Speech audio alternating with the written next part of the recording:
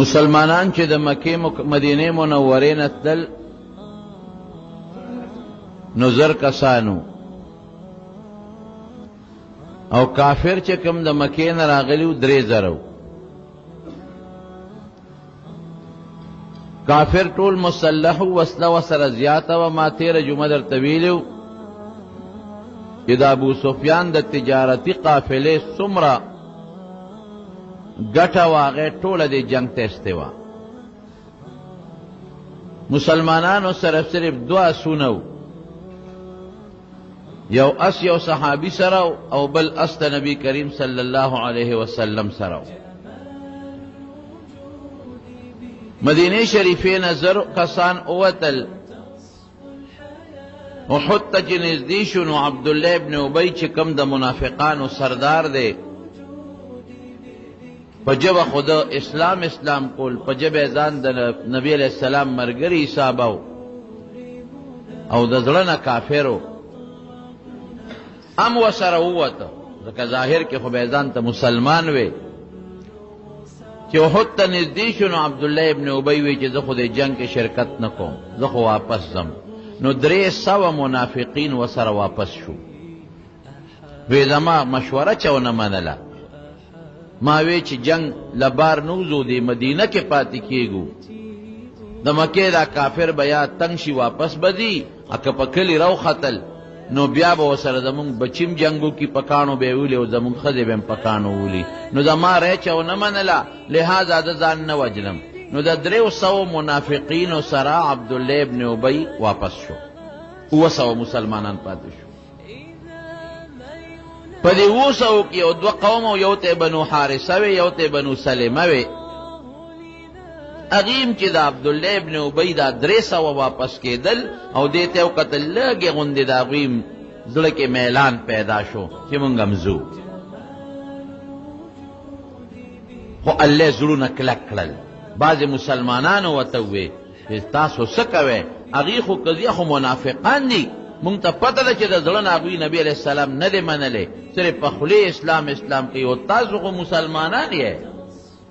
اذ همت طائفتان منکم، قرآن شریف کے اللہ فرمائی ان تفشلا واللہ ولیہما وعلی اللہ فلیتوکل المتوکلون. اللہ وی تاسو کی 2 ډلې وې منکم چې هغه مسلمانان منافقان نو. اغیم لگی خپې وخوی دی، دا خو 3000 لښکر دی او مونږ خو ډېر لږ یو، لیکن الله وی والله ولیهما، داغه منافقانو سره د خدای مدد نو، هغه لړل مدینې ته واپس. دې 2 ډلو سره د خدای مدد و، نو دی واپس شو. مسلمانانو وی تاسو ولې دی؟ وی دا بس نه ځو. دی واپس شو. او الله وی وعلی الله فلیتوکل المتوکلون، چې کم کسان مسلمانانی د زړه نه هغوی له پکار دی چې په الله بروسه کوي. نو 200 مسلمانان دی او 3000 کافران دی. او 13 جمعه میں د جنگ تفصیل درته و چې ښه مضبوط جنگ وشو او ظاهر کې خدای مسلمانانو له ګټه ورکړه. خو چې هغه کم په غونډې نبی علیہ السلام کسان کې نولیو 50 کسان، هغوی لږ اختلاف شروع کو.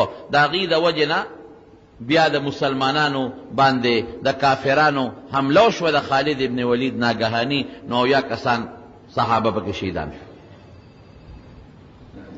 الله لومبه مدد دا د مسلمان کړی دی، لومبه کامیابی خدای مسلمان له ورکړه. په دې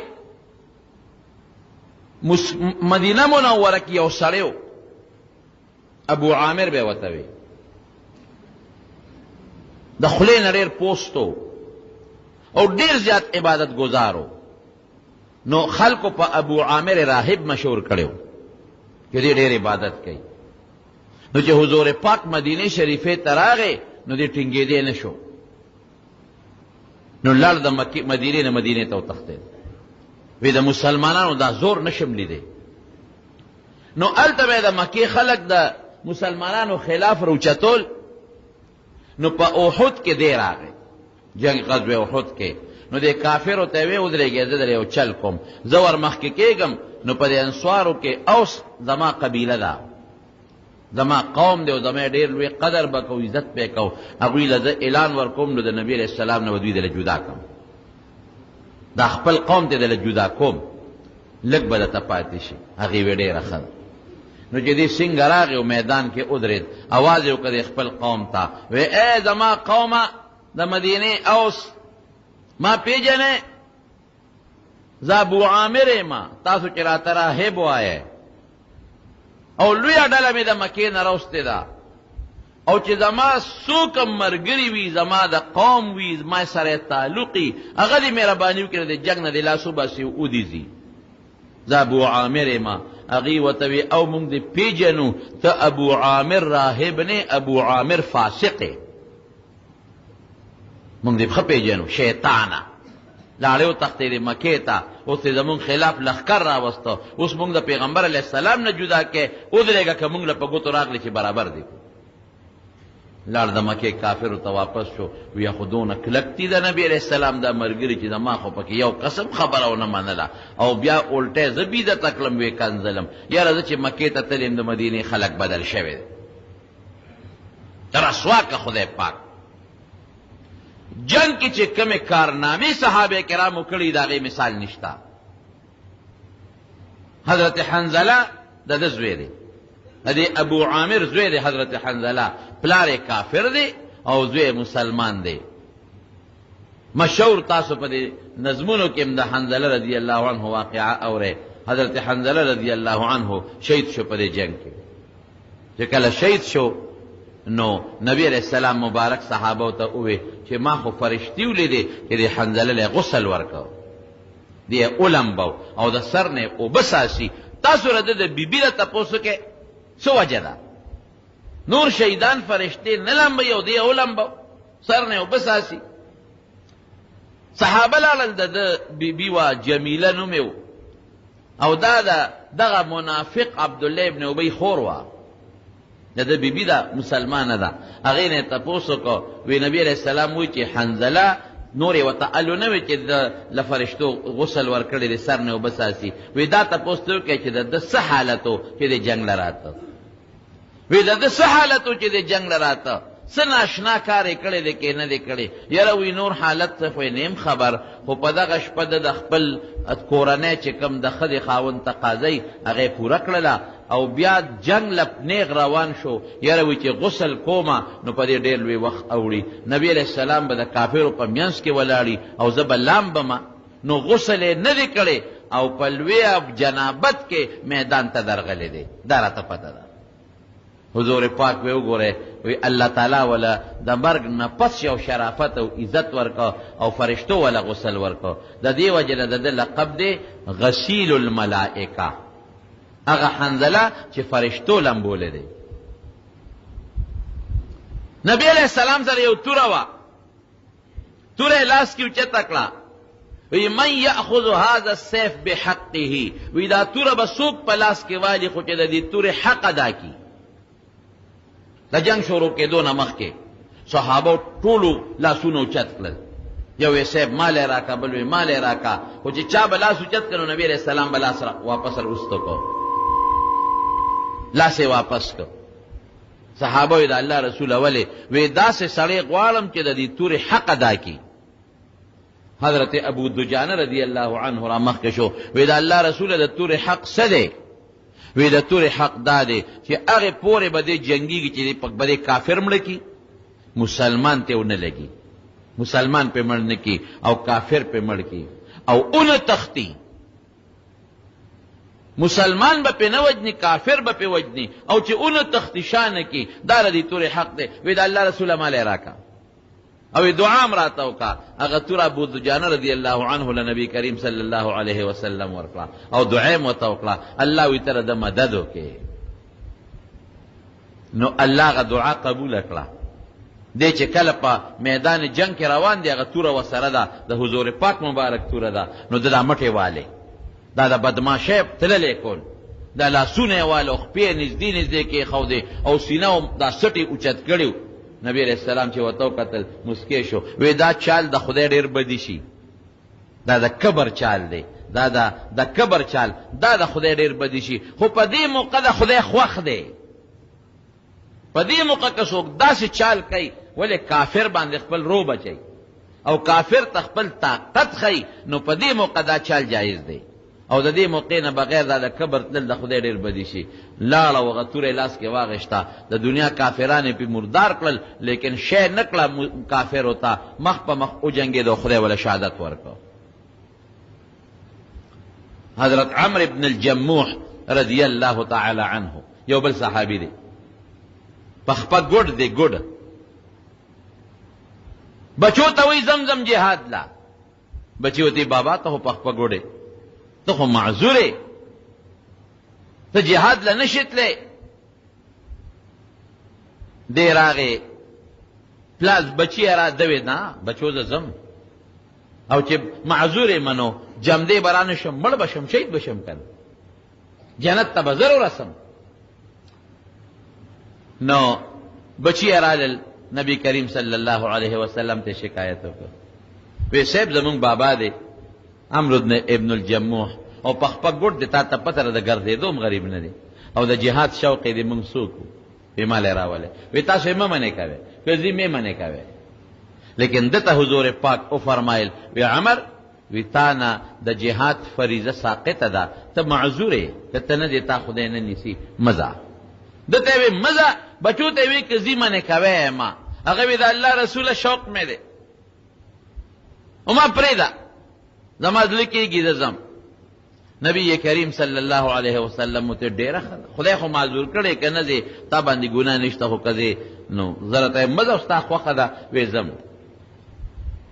دی راغې میدان جنگ کې، او میدان جنگ کې چې کله جنګېده حضرت سعد رضی الله عنه وی ما ته وی یا سعدو کیف حال دې څنګه دی؟ وی ما ورته وی چې حال ښه دی، خدای دې پکې خیر واچوي. دا ناګهاني حمله چې خالد ابن ولید وکړه، څوک یو خوا تښتېدل څوک بل خوا، حالت ګډوډ دی. وی ما ته وی چې سعده انی لاجدو ریح الجنة دون احد، زما د قسم په خدای وي چې د احد په خوا کې د جنت خوشبویي محسوسوم، د دغه جنت خوشبویي د احد په دې خوا کې محسوسوم خوشبویي. او یو ورمخکې شو او شهید شو. چې شهید شو بیا چې کله شهدا نبی علیہ السلام دفن کې دلته د احد په میدان کې د ده ښځې وی زه خو د خپل خاوند د مدینې مقبرې ته وړم. نو دې د ده لاش اوچت کو، په اوښه باندې لاش وله کېښود. نو چې اوښه یې شلله مدینې ته نه تله، اوښه شړي نه ځي، چې مخ وله احد ته کې احد ته ځي، او چې مخ وله مدینې ته کې اوښه وهي اوښه نه ځي.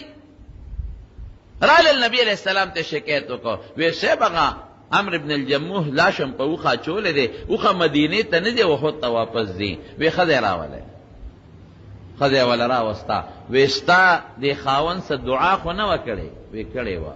وی سی ویلو؟ وی دا چې کله راته نو وی دا دعا وکړه، اللهم انی اسألک شهادتا، خدایا دستانه شهادت غواړم، اللهم ارزقنی شهادتا، خدای مال شهادت راکې، ولا تردنی الی اهلی، خدای ما خپل کلی ته بیا واپس مکې. نو وی خدای ولا دعا قبوله کړې ده که نه، ولې خپل کلی ته واپس وړه؟ هم دلته دفن کې، هغه میدان کې دفن کړ. حضرت سعد ابن ابي وقاص رضی الله عنه کله چې جنگ ښه تیز شو، ګرم شو، دی ویشتونکي و، د غشي د لیندې د ویشتونکي ډېر د ویشتو ډېر انتهایی مهارت یې لره، او جهاد کې لومبې غشي دی ایشتی دی. یو موقع کې دته چاوي تاله مونځ سم نه درځي، سم مونځ نه کې. وی خندل، وی ما ته د مانځه چل ښایې، وی زه هغه کس یم چې د خدای په لار کې لومبې غشي مه ایشتی دی، او زه هغه کس یم چې د نبي علیہ السلام سره به په سفرونو په جهادونو ګرځېدو، ډوډۍ به نه وه، خوراک به نو، نو د کیکر پاڼې به م خوړې، نو یو دسماتې به م نه کېده، ځکه چې هغې کې لوندوالي نی، نو او دسماتې به م لکه د اوښ او یا د ګډو د چیلو د پچو په شانتې و، او دسماتې به رانه نه وتېده. داسې ژوند مونږ تېر کړی دی. اوس وایي تاسو ما ته د مانځه چل ښایې چې تا لمونځ نه درځي، افسوس نه دی وایي.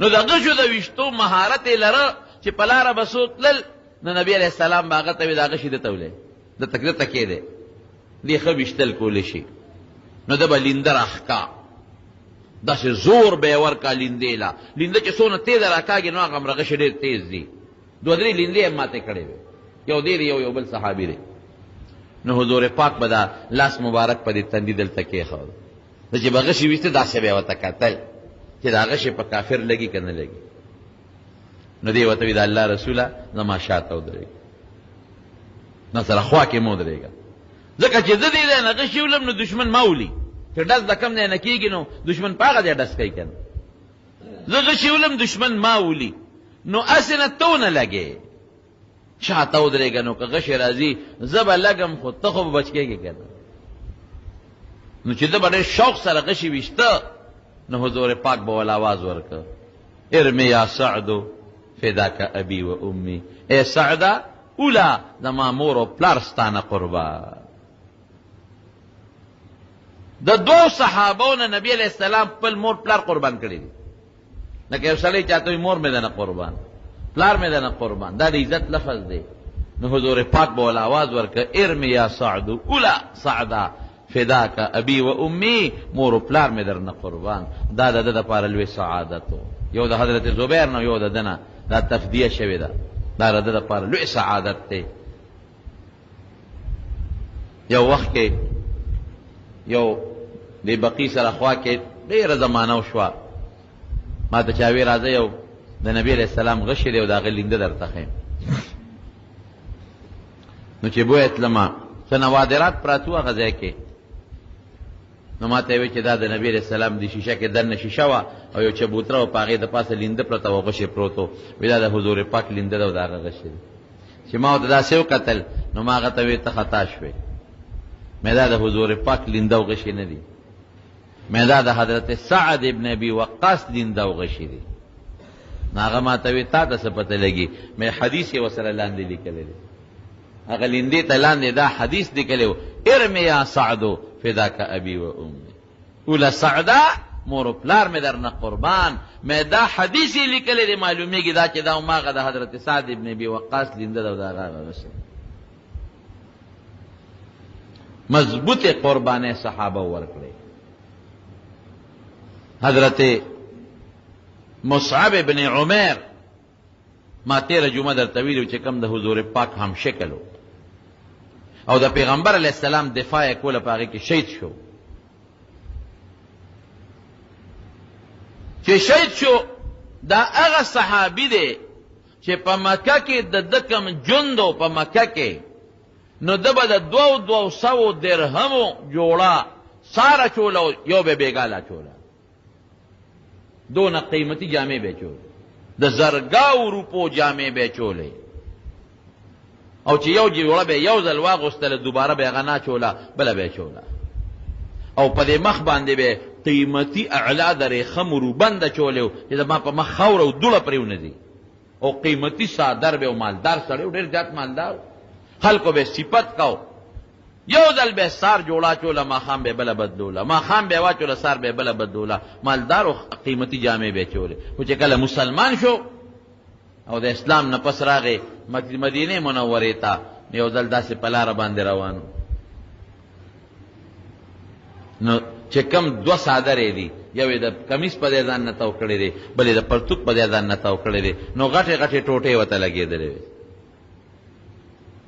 شلېدلې دي نو ټوکړې ورته لګېدلې دي او د لنګ یو طرف پسې په خاورو راښکې شي او بل طرف یې د پنډۍ ته اوچت شوی دی لکه د ملنګانو غوندې فقیرانو غوندې روان دی او سر او مخ یې د خاورو نه ډک دی نو چې حضور پاک ورته وکتل نو په ژړا شو صحابو دي د الله رسوله ولې دې وژړل وی د مصعب ابن عمر هغه مخکنی جون راته رایاد شو او د اوسني حالت دی ګورم د اسلام نه مخکې د ده کم جندو یو جوړه سار یو ماښام او چې معمولی داغ به ولګېد په هغه سات به یې جوړه لرې کړه او د زرګونو روپو جامې به یې اغوستې او اسلام نه پسې دی بې پروایۍ ته وګوره د لنګ یو طرف په ځمکه راښکې شي یو بره دی او وجود د خاورو ډک دی او صادر ته یې غټې غټې ټوکړې لګېدلې دي نو چې دی شهید شو او کفن ورکوي اغا مصعب ابن عمر کې د زرګونو روپو جوړه به په ایمان او د اسلام نه مخکې چولا، سر او غرمه به جوړه بدلولا، او چې کله شهید شو نو کفن نشتا، خپل جامې دي، اقا جامې دي. نبی علیہ السلام اعلان وکوي شهدا به په خپل جامو کې خخاوي، دا به نو باسه، او دا شهدا به لمبویم نه، لمبولم د دې من دي، هم د خپل وینو کې او په خپل د رنگ شو جامو کې دا په وینو لیتو پیتو جامو کې خخ کې صرف کفن په پاسه صادر ور واچوي، چې د قیامت پر ورځ په دغه لیتو پیتو د وینو ډکو جامو کې او دا زخمونو نه وینې بیږي او د قیامت پر ورځ د خدای دربار کې روان شي. نبی علیہ السلام فرمایي د قیامت پر ورځ د شهدا او د زخمونو نه وینې بیږي، اللون لون الدم، اگر رنگ به د وینې بی، والریح ریح المسک، او بوی به د مشکو بی، خوشبوی به د مشکو کوي، وینې به بیږي د شهداونه، رنگ د وینې او خوشبو د مشکو. نو صادر نشته یو ولا را پیدا کا الانډې دی، نو چې سر ته راکاږي نو خپې ښکاره کېږي، او چې خپې ولا پټی نو سر یې ښکاره کېږي.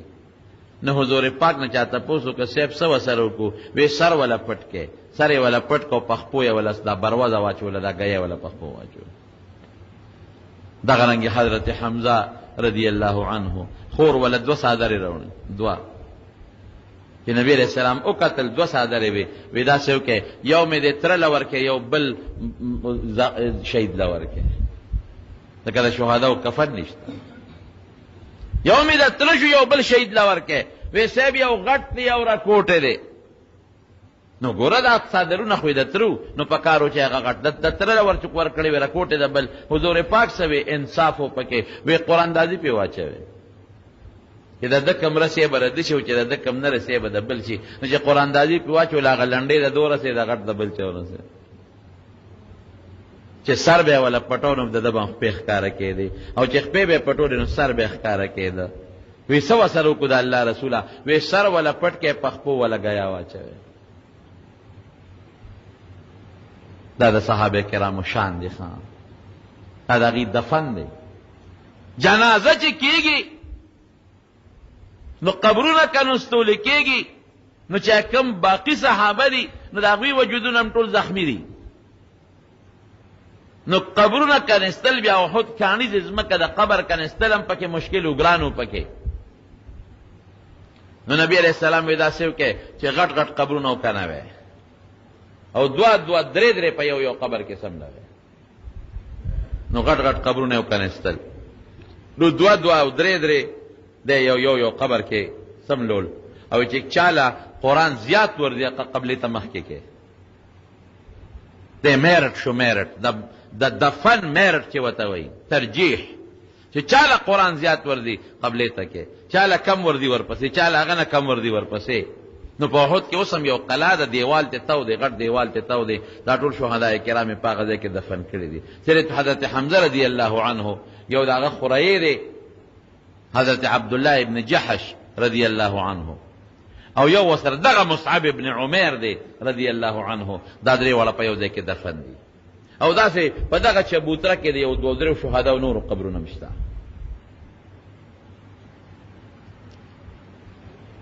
رب العالمین قرآن شریف کې د شهدا او متعلق اعلان کړی دی، د شهدا او متعلق ولا تحسبن الذين قتلوا في سبيل الله اموات، ولا تحسبن الذين قتلوا في سبيل الله اموات بل احياء عند ربهم يرزقون. بیکم خلق دا اللہ پلار کے مړشو شهدا شو شهیدان دی ته مړه موایه، ظاهر کې عرفن دی مړه، خو هغه د قبر نه پس زندگی ولا د مرگ زندگی مشمره مړه وته موایه، بل احیاء دا جمدی دی عند ربهم یرزقون، دا خدای پنیز دوی ته روزی ملاویږي. خو دا غي مثال لته دا جمدی دی دا الله پنیز وتا روزی ملاویږي. نو د دینه 46 کال پس شپږ سلويخت کال پس سیلاب راغی په علاقه، چې سیلاب راغی نو دا مقبره یې وړه چې دا کم دی قبرونو د هغې یو طرف یې ښکاره کړ. او حضرت معاویه رضی الله عنه زمانه ده، نو هغه وی دلته یو نهر وکنو، ضرورت د یو نهر هم دی. نو چې سیلاب دغه وخت کې راغی هغه نهر کودی شروع کړې وه، نهر یې کنو او دی کې سیلاب پې راغی. نو چې سیلاب راشي خو بیا خو هغه چې کومه کنده خلکو کړي نو هغه غاړې ماړې یوسي که نه، نورې غاړې ماړې یې وړلې. نو د احد دا شهدا پکې راښکاره شو. حضرت عبدالله ابن عمر رضی الله عنه پکې راښکاره شو. نو چې راښکاره شو 46 سال پس، شپږ څلوېښت کاله پس، نو پسینه د پاسه لاس پروت و، دغسې پسینه لاس پروت و. نو صحابه ووی چې دا لاس ورته نیغه و، دا ګوره لاس تاسې کوک پاتې شوی دی، لاس به نیغ کو ورته. نو چې لاس یې اوچت که نو وینه ترې روانه شوه، شپږ څلوېښته کاله پس لاس یې اوچت کې وینه ترې داسې روانه شوه لکه د یو جمدي انسان نه چې کله وینه بیږي. مړي ته ګوره او پکې وینې ته ګوره. نو بیا ولا لاس نو وینه اوچی وینه نه بندېږي، ډوکړې سره وینه پاکۍ وینه نه بندېږي. نو بیا لاس راواغېشت واپس یې ولا په زخم کېښود نو وینه بنده شوه. ولا تحسبن الذين قتلوا في سبيل الله اموات، د خدای لار کې چې مړه شو مړه ورته مه وایه، بل احیاء عند ربهم یرزقون، جمدي دی خدای روزي ورکوي، رزق ورته ملاویږي. نو د حضرت حمزه رضی الله عنه خپه د چا نه په سسکو راولګېده، لکه د نهر کودی کېږي. نو د خپې نه وینه روانه شوه 46 سال پس. زمارونو ډېره عظیمه قرباني دې حضراتو ورکړې ده. یو بل صحابي دی حضرت قتاده ابن النعمان رضی الله عنه، د حضور پاک سره خوا کې ولاړو او د پیغمبر علیه السلام دفاع کوله. یو غش راغی دقه سترګې ورته وویشته، چې غشي باندې سترګه ولګېدله نبي علیه السلام بچ شو. که دې نه وی ولاړ په دې غشي حضور پاک لګېده. نبی علیه السلام ته وی د الله رسول ته بچ شوې؟ وی او زه خو بچ شم. او دا داسې په غشي سترګه ولګېده چې د سترګې دا ګاټې ته لاندې پرېوته، هغه لاس کې راواغېسته، وینې ته روانې شوې. وی د الله رسوله داسې وشو. پیغمبر علیه السلام مبارک هغه ګاټې راواغېشته او په دې سترګه کې ورته واپس کېښود، واپس یې کېښود او دعا یې وله وکړله. او نو دی وی چې څنګه یې ګاټې کېښوده، دی وی درد خو ختم شو، نظر واپس راغی، داسې نظر راغی چې د مخکې نه مې په نظر تیز شو. نو دی ورته څه وایي؟ صحابه مجیبه و، وی د الله رسوله سترګه به مې خو بې ډوله نه ښکاري، اوس نظر خو واپس راغی، بې ډوله خو به نه ښکاري. وی اللهم ارزقه جمالا، خدایه ته وله د مخکې نه زیات ډول ورکې، او الله د په دې مخ زما دفاع وکړه، نو خدای د قتاده دا مخ د جهنم د دوړو او لوګو نه محفوظ وساتي. صحابو چې کومې قربانۍ کړي د نبی کریم صلی الله علیه وسلم په دفاع کې د هغې مثال نشته.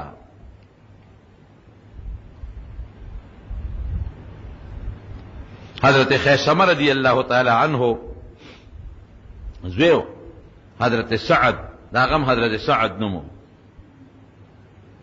هغه په بدر کې شهید شوی، زوی بدر کې شهید و. نو چې د احد میدان د احد جنگ دی نو دی پاسېده، وی ښځې ته وی ښځې خوب مې ولیده. وی څه خوب دی ولیده؟ وی هغه زوی مې ولیده، سعد مې ولیده چې د جنت په یو خشته باغ کې چکرې لګوي، د جنت باغ دی هغې کې ګرځي. ما ورته چې بچې څه حال دی؟ وی بابا ډېر زیات خوشحاله یم، ډېر لوی نعمتونه راله پروردګار راکړل. بابا راځې نه؟ زما خو داسې خوب لیده دی. وی انشاءالله چې زوی سره خدای په جنت کې ملګري کړي. راغې حضور پاک له وی دغسې خوب مې لیدلی، د الله رسوله ما ته دعا وکړه چې ما د خپل زوی سره خدای په جنت کې ملګري کړي. وی د خدای به دې ورسره ملګري کړي. سار له میدان کې شهید شو، میدان کې شهید شو.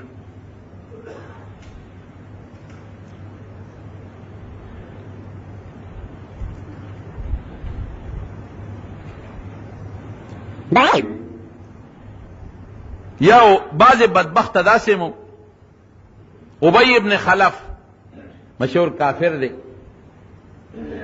هغه راغی دی مرګرو ته وی د ما په زړه کې یو ارمان دی. وی څه ارمان دی؟ وی دا مې ارمان دی چې دا پیغمبر علیه السلام ما په خپله توره ووالي نو څه به نو موقع موندله حضور پاک پسې ګواښ یې کو دی کې را روان شو. چې راغی نبی علیه السلام ته چا وی صاحب هغه دی ابی ابن خلف را روان دی توره ورسره، تا ستا نیت کوي را روان دی. صحابه ورمخکې شو، یو وی زه ورځم بلبل. نبی علیه السلام یو صحابي ته دا نیزه مال راکړې، دته غږ مه کوې دا زما کار دی. وی صاحب اسې نه در باندې را مخکې چې غدار در باندې ونه کړي، وی نه شي کولی دا نیزه راکړې. د یو صحابي نه حضور پاک نیزه واخېسته، خو چې دا ابی ابن خلف راته په هغه نیزه ولې یو ټس ورکړه، دا اوږې ولګېده. چې اوږې ولګېده منډه یې کړه او چغې یې کړې، وی غرق شومه، هلاک شومه، تباه شومه. ملګرو ته ولې؟ وی دا وګوره چې وی قتل مړوي اسې معمولي غوندې داغ دی د باندې د خدای نیکبخته ورشه د خلکو لاسونه پرې شوي دي، د خلکو کې لیش لیش زخمونه دي او څوک چغې نه وي، او ته معمولي غوندې چې ته په لرګي لګېدلې پوټې زخم هم نشته، معمولي داغ دی او چغې وی. وی خبر یې چا والې ما؟ وی چا والې؟ د نبي علیه السلام نوم یې واخېست، وی د هغه په نیزه لګېدلې ما. نو وی څه چلو شو چې په نیزه لګېدلې؟ وی زما د قسمې چې د سر د ویښتو نه خپو پورې وجود مطلقېږي. هم اقصی شوا د خدای پاک الته مردار نه کا، خو چې د مدینې نه راتلل نو په لاره کې صرف وتی، د هغه صرف په مقام کې وجود ټول داسې شو لکه پولی پولی څښا شو وجود او الته خدای پاک مردار کړ. یو کافر دی چې د حضور پاک د لاس نه مردار شوی دی او د حضور پاک په لاس لګېدلی دی چې د هغه نوم ابی ابن خلف دی. نبی علیہ السلام فرمایي وي هغه سړی ډېر بدبخته دی چې د هغه د لاس نه پیغمبر زخمی شوی دی یا د هغه د لاس نه پیغمبر شهید شوی دی. بین اسرائیلو کې ډېرو خلکو د لاسه پیغمبران شهیدان شوي دي، هم ډېر بدبخته دی. او هغه هم ډېر بدبخته دی چې هغه د پیغمبر د لاسه مړ شوی دی یا د پیغمبر د لاسه زخمی شوی دی، دا هم ډېر بدبخته دی. نو د مارونو صحابه کرامو دا عظیمه قربانی ورکړله، لویه قربانی. او شهدای کرام چې څومره وغه تقریبا دفن کړل، چا چې د مدینه منوره ته خپل شهدا راوړل نو نبی علیہ السلام هغه منع کړل، بیردو قتلاکم الی مضاجعهم، وی دا مقتولین خپل زینو ته واپس کې چې کم ځای کې د دوی نسا وته دا واپس کې. زنانو قرباني ورکړل، چا د زخمیانو خدمت وکړو، چا اوبه راوړې چې صحابه یو پوټې لګوندې د کفن دفن نه فارغ شو، یو پراپیګنډه رااله او پراپیګنډه په حقیقت بنا وه. ابو سفیان سره د خپلو ملګرو مکې ته واپس شو، نو روحا ورته وایي د بدر سره نږدې یو علاقه ده، هلته یې دمه وکړه. نو ابو سفیان دې ملګرو ته وایي داسې چل کوو چې واپس ځو په مدینه حمله کوو. ملګرو ته ویل لکه موږ هم ستړي یو. وی نه که نه، وی صحابه چې دي مسلمانان، یو خو ته خلک هم ډېر مړه دي پریشانه دي، بل ټول زخمیان هم دي او بېغمه به پته به ورته نه لګي، ناګهاني حمله به پې وکړو، ستړی ستومانه زخمیان دي، د مړو په غم کې دي، نو بس ختم به یې کړو. نبی علیہ السلام ته چې اطلاع راورسوله، وی صاحب ابو سفیان هم لښکر تیاری په روحا کې زر یو سړي اطلاع راورسوله او په مدینه واپس حمله کوي. حضور پاک فوراً صحابو ته اعلان وکړ، وی څوک دی چې ما سره روان شي او د کافرو پسې لاړ شو، ځکه هغوی زمونږ اراده کوي چې موږ ورپسې لاړ شو. نو خو هغه څوک به راسره دي چې کم کسان د احد په جنگ کې شریک دي، چې کم د احد جنگ کې نه دي شریک، هغوی به راسره نه دي. نو فوراً صحابه کرام اوچت شو، وی صاحب موږ ځو که نه؟ ټول بیا تیار شو، وی موږ در سره ځو او روان شو. حمراء الاسد ورته وایي، د مدینې نه د یو ساعت 8 کیلومیټر بار یو ځای دی، هلته نبي علیہ السلام سره صحابه ورسېد، ورپسې تلل. ابو سفیان ته چا ویل ته خوا خوا دې خوا کې، هغوی درپسې راغلل، بس کافرو تښتېدل، یاره وی طاقت هم نشته دی چې ځو. اوس وروڼو په دې کې 80 کسان صحابه کرام شهیدان شو، ډېر لوی لوی صحابه کرام. او 22 یا 22 کافران پکې مردار شو. خلق وی دې ته ګوري چې او یا مسلمانان شهیدان شو نه په احد کې مسلمانانو بیلات کړی دی. دا خبره ټوله دروغ ده. بیلات ته مسلمان نه دی، بیلات دې ته نه وي چې د چا نه مړي زیات شي. بیلات دې ته وي چې څوک میدان پرېږدي. په جنگ کې چې څوک په میدان پاتې شو د ګټه وکړه، چې ځمکه چا وګټله میدان چا ونیوه دا د ګټه ده. چې چا میدان پرېښوده د میدان نه وتښتېده دې ته ناکامي او بیلات وي. نو میدان مسلمان نه دی پرېښی، چې کوم میدان هغه مسلمان ګټلی دی. میدان د مکې کافرو پرېښی تختیښت هغوی کړې ده، نو ګټه د مسلمان شو، د هغوی خو نه شوه، بیلات د هغوی شو. البته دا ده چې اویا کسان شهیدان شو. او 13 جمعه مې درته ویلې ولې شهیدان شو. ځکه په غونډه چې کوم 50 کسان حضور پاک مقرر کړي هغې لږ یو پوټې اختلافات ولرل. اگر چې علما وایي چې د هغې یو بل سره هغه اختلاف دا حقیقي اختلاف نو، اجتهادي غوندې و، د پیغمبر علیه السلام د حکم خلاف ورزي مقصد نو. خو د هغې دا مطلب و چې مشر ورته وي چې ما ته نبي علیه السلام ویلي چې دې نه منه کوزېږې، او د نورو ورته وي چې دا خبره خو ټیک ته ویلي دي، دی ویلي دي چې زمونږ غوښې که مارغان تختی او که مونږ ګټه وکړه او که تاوان نه به کوزېږې. خو د هغه مقصد خو تر قیامته پورې دلته ودرېدل نه دي. مقصد یې دا و چې د جنگ په دوران کې به دلته یې نه به را کوزېږې. اوس خو جنگ ختم شو او مونږ په خپلو سترګو وینو چې کافر راغلی او تښتېدل او ښځې غرونو ته خېجي او منډې وایي. دقه لږ معمولي غوندې اختلاف خپل میانس کې راغی او د حضور پاک د حکم معمولي غوندې خلاف ورزي راله. نو الله پې دومره خفه شو چې د جنگ ظاهري چې کوم مخه و هغې الاوړې کړله او اویا کسان جلیل القدر پکې شهیدان شو. نو یو به اختلاف نه کوي، مسلمانان به خپل منځ کې سره اختلاف نه کوي، بل د خپل امیر د خپل مشر د حکم خلاف ورزي به نه کوي. نه دا مسلمان ولې په ډغر واخته دی. هر ځای کې مسلمان د ذلت جون تیری او د کافر د لاسه وال او ټکول خوري. هر ځای کې مسلمان په هغه مخته دی. ولې؟ ځکه د مسلمان خپل میانس کې اتفاق نشته، اتحاد نشته د مسلمان. خو د کم ملک مسلمان ملک په سر چې غم راغی نور تماشا کوي، بلکې تماشا نه، دا نور د کافر سره په میدان ولاړی. بیا که د مسلمانانو وحدت واعتصموا بحبل الله جميعا ولا تفرقوا، قرآن د ټولو یو دی، پیغمبر د ټولو یو دی، دین اسلام او شریعت د ټولو یو دی، بیت الله د ټولو یو دی، پیغمبر د ټولو یو دی، اسلام او شریعت او کعبه د ټولو یو ده، منځ ټول یو شان کوي، روجې یو شان، زکات حج شریعتونه ټول یو شان دي، بې اختلاف پکې د کم دی. مسلمان من حیث المسلم یو بل سره اتفاق نه لري. احد کې لږ اختلاف راغی، خدای ولا څومره ډغره ورکړه، ظاهري ډغره ورکړه، او د حکم د امیر هغه اجتهادي مخالفت و، ظاهري مخالفت هم نو، حقیقت کې د پیغمبر علیه السلام الله پې څونه خفه شو. د صحابهو دا ډېره لویه قرباني مونږ ته مخې راغله. دین که مونږ ته رسېدلی دی نو دا دین مونږ ته داسې په اسانه نه دی رسېدلی، دا په ډېرو قربانو را رسېدلی. د حضور پاک مبارک غاښ مبارک پکې شهید شوی دی، مات شوی دی، او د هغې د وجود نه وینې پکې بهېدلې دي. څونه قربانۍ ورکړې. او د الله عجیبه حکمت هم په دې کې هغه خالد ابن ولید وروسته خدای مسلمان کړ. هغه ابو سفیان چې د مکې د ټولو کافرانو سردارو وروسته خدای هغه مسلمان کړ. هغه وحشي ابن حرب د چا د لاسه چې حضرت حمزه رضی الله عنه شهید شو،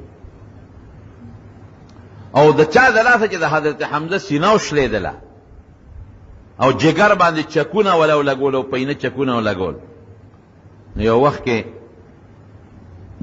دته چاوي الکه اسلام ویدل مې کېږي مسلمانېږم، خو ډېر انتهایی جرم مې کړی دی چې خدای خبر ایمان او اسلام به مې قبول شي او که نه.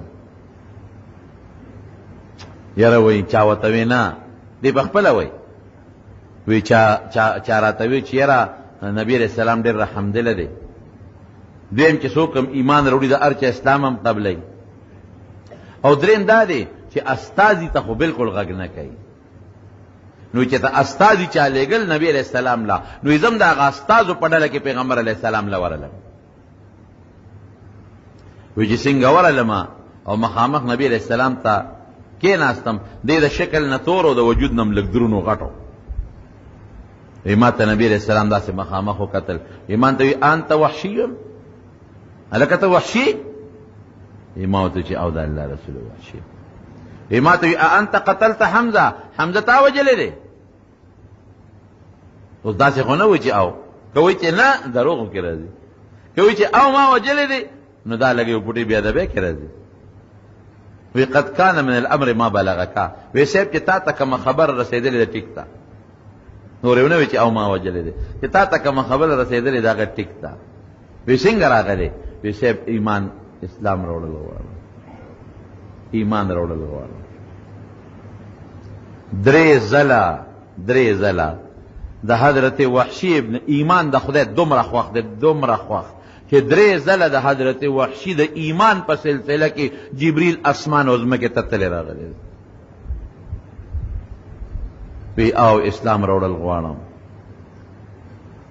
وی اسلام به مې قبول شي وی او اسلام به دې قبول شي وی صاحب ما خو په اسلام کې ډېر قتلونه او مړي کړي دي فوراً جبریل علیہ السلام بر لاړه واپس راغی وی کې اسلام راوړي ایمان راوړي نو دا چې څومره قتلونه او مړي په کفر کې کړي دي دا به ورته خدای معاف کړي وی صاحب یوازې قتلونه مړي نه دي ما نه نور هم ډېرې غلطۍ او ګناهونه شوي دي هغې سره به څه کومه نو جبریل بیا بره لاړه واپس راغی وی دا به م ورته خدای معاف کړي یو غلام د تور د رنګ نه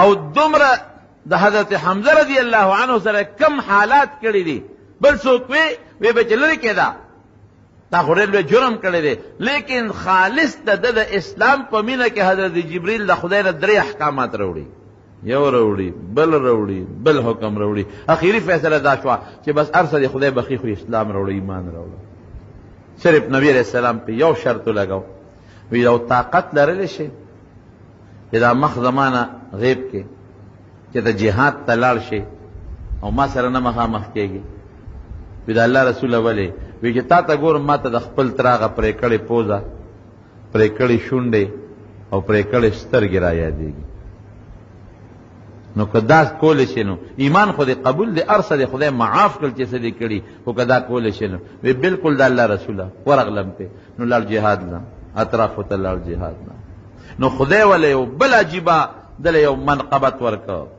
یو سړي د پیغمبرۍ دعوه کړې وه مسیلمة الکذاب هغه د نبوت دعوه کړې وه چې د پیغمبر حضور پاک مبارک د هغه دپاره یو لښکر ولېږه د مسیلمة الکذاب دپاره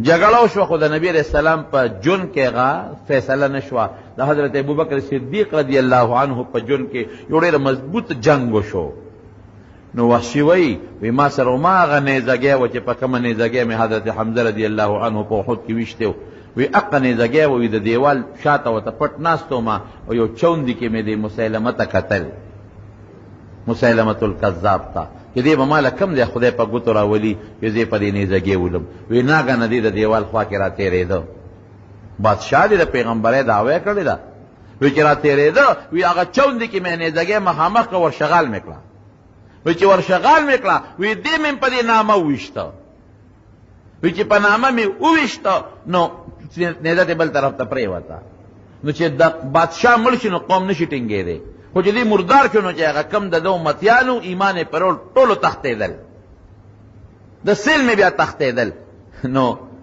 ده به وی چې کله کافر وم نو په مسلمانانو کې مې یو مضبوط مسلمان شهید کړی دی چې حضرت حمزه دی خو چې کله مسلمان شم نو په کافرانو کې مې داسې کافر مردار کړ چې هغه د پیغمبر علیه السلام په مقابله کې د پیغمبرۍ دعوه کړې دی یو وینځي هغه دی نه په کوټه اعلان وکړ ای خلقه وی خدای مو بخا وی زمونږ هغه پیغمبر چې دی مسلمه وی هغه تور غټ سړی نه دی وی ده وجلې دی راوینیسئ وی مې چې زه اوس که ما څوک رانیسي مې د سړی مې دله بېغمه کړ خدای بچ کړ بیا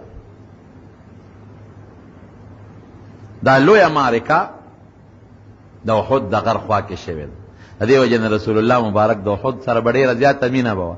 ډېر شهدا خوا کې دفن دي. اوس هم چې څوک حج عمرې له لاړ شي نو احد د شهداو ملاقات له ځي. یو ځل یې وفرمایل احد جبل یحبنا ونحبه، وی احد یو غر دی، موږ سره مینه ده او زموږ هم ورسره مینه ده. او یو بل حدیث کې راځي وی د قیامت پر ورځ به د احد دا غر الله راوالي او د جنت په دروازه کې به ودرئ. حکومت سعودي اوس هم د احد د غر ډېر احترام کوي. غیر چاپېره ته د جنګلې بعضې ځایونو کې تو کړي دي، د سیخونو جنګلې، او بعضې ځایونو کې ورته بلفونه لګولي دي، بلفونه د شپې هغه څه سره او څه شنه، هغه غر داسې ډېر ښایسته او مزېدار ښکاري. او یو بل حدیث کې راځي چې تاسو کله احد ته لاړ شئ د هغې میوه وخورئ، هغې کې پخوا د کرکنې بیرې وې دا وړې وړې میوې وخورئ، او که میوې نه شئ خوړی نو دا ازغیدار بوټې پاڼې وخورئ، وچوپوئ، خو خامخا د احد یو بوټې راوالئ او په خوله کې واچوئ. او د دغې شهداو زیارت له به نبی کریم صلی الله علیه وسلم کله کله ته د وفات نه مخکې نبی علیه السلام لاړ، د شهداو د احد ملاقات یې وکړ، او بیا په منبر باندې کېناسته او صحابه کرامو ته اعلان وکړ، وی صحابو وی زه ستاسو نه مخکې ګورې تلونکی یم او د قیامت ستاسو نه مخکې روان یم، لار درته برابروم، د خدای په دربار کې به دله زه سفارش کوم او زه به ستاسو دپاره د خدای په دربار کې ګواهي کوم. د صحابو لویه قرباني ته معلومه شوه چې صحابو څومره لویه قرباني د دین او د اسلام دپاره ورکړې ده. د الله لوی مدد هم ته معلوم شو، او د اختلاف باندې د خدای خفګان او د پیغمبر د حکم معمولی غوندې خلاف ورزي، اجتهادي غلطي، په هغې د الله غوسه کېدل. او د مسلمان دپاره که د مسلمان نه څوک مړ شو یا شهید شو د هغه دپاره لویه تسلي ده، غټه تسلي. دا څو خبرې ته معلومې دي. او د نبي علیه السلام د سیرت په باب کې دا واقع مې درته بیان کړه. دعا وکړې رب العالمین زموږ د ټولو دغه بیان چې موږ ټول مسلمانان ناست وي د احد چې دا څومره شهدا دي یا کوم مجاهدین د احد دي، الله لوړ درجات د جنت نصیب وګرځولی کې، او د دین دپاره چې هغې کم محنتونه کړي دي خدای تا به اجر ورکړي، خو موږ هم سوال کوو بهتر اجرونه او ثوابونه الله نصیب کړي. الله کم دین دپاره چې هغې قرباني کړې ده خدای دا دین مضبوط کړي او د دنیا په ګوټ ګوټ کې پروردګاره خور کړي. الله موږ د نبی علیه السلام په نقش قدم روان کړي، الله د هغې د سنتو موږ تابعدار جوړ کړي، د هغې د خلاف نه خدای یو ساتي. الله که څوک په څه قسمه پریشانو ټینشنونو کې مبتلا دي الله هغه پریشانۍ ټینشنونه په خوشحالو باندې بدل کړي. رب ذوالجلال دواړو جهانو خیر نصیب کړي، د دواړو جهانو د شرونو او د فتنو نه په امن کې وساتي. خدای که څوک مریضان دي دلته یا په کورونو کې یا په هسپتالونو کې ته وله روغ صحت او شفا ورکړي، که څوک تنګ دسته دي فراخه روزي وله ورکړي، که د چا اولاد نشته خدای نارینه اولاد وله ورکړي، خدایا چاته څه پریشانۍ دي هغه وله په خیر بدلې کړي. خدای موږ د بغضونو حسدونو د مخلوق د شر نه په امن کې وساتي او د عبادت توفیق راله راکړي، او چې څوک مردگان وفات شوي دي مغفرت مغفرت نصیب کې او مونږ ته او زمونږ کشرانو ته د اسلام او د ایمان هدایت نصیب کې. باید دوستان دې په ټلیفون هغې دعاګانې غوښتې دي. یو ملګری دی والد صاحب بیمار ته ول الله شفا ورکړي، چا دعاګانې غوښتې دي خدای هغه هم درته معلوم د هغې دعاګانې هم درته معلومې دي، دعاګانې وله قبولې کړي. اخر وخت کې په خولې دا کلمه نصیب کړي چې لا اله الا الله محمد رسول. محمد نور الله نوم څنګه دی؟ ښه نوم دی، دی قرضدار دی، دعا غواړي او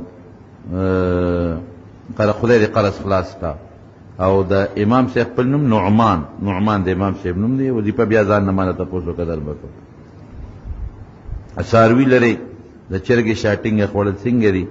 دا ښه دي، جایز دي، لږ کراهیت تنزیهي پکې شته. کراهیت تنزیهي دا معنا چې ښه دا ده چې مې خوره، خو که خورې نو جواز یې شته. د شیطان د غلط خیالونو د بچ کېدو وظیفه سار کې لا اله الا الله وحده لا شریک له له الملک وله الحمد وهو على كل شيء قدیر. دا سل کرته وایا.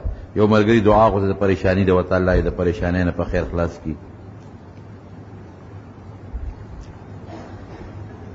او لار تنګول وي، لار تنګول خو ښکاره خبره ده، ښه خبره نه ده، دې کې تپوس ضرورت دی. په کټ کې په ملاس د قرآن تلاوت ذکر درود شریف جایز دي، ښه لوستی شي. خو خدا ده چې قبلې ته مخکا په ادب او احترام داسې کوه، لیکن که په ملاستم کې په ولاړم کې نو جایز دی. نسبت غلط کول یا چاته خر ویل یا سپی ویل دا په شریعت کې ګناه ده. او مرګري بیمار دی، دعا وته وکړه چې الله ولا شفا ورکړي، الله ولا روغ صحت ورکړي. ټول مریضانو لري خدای روغ صحت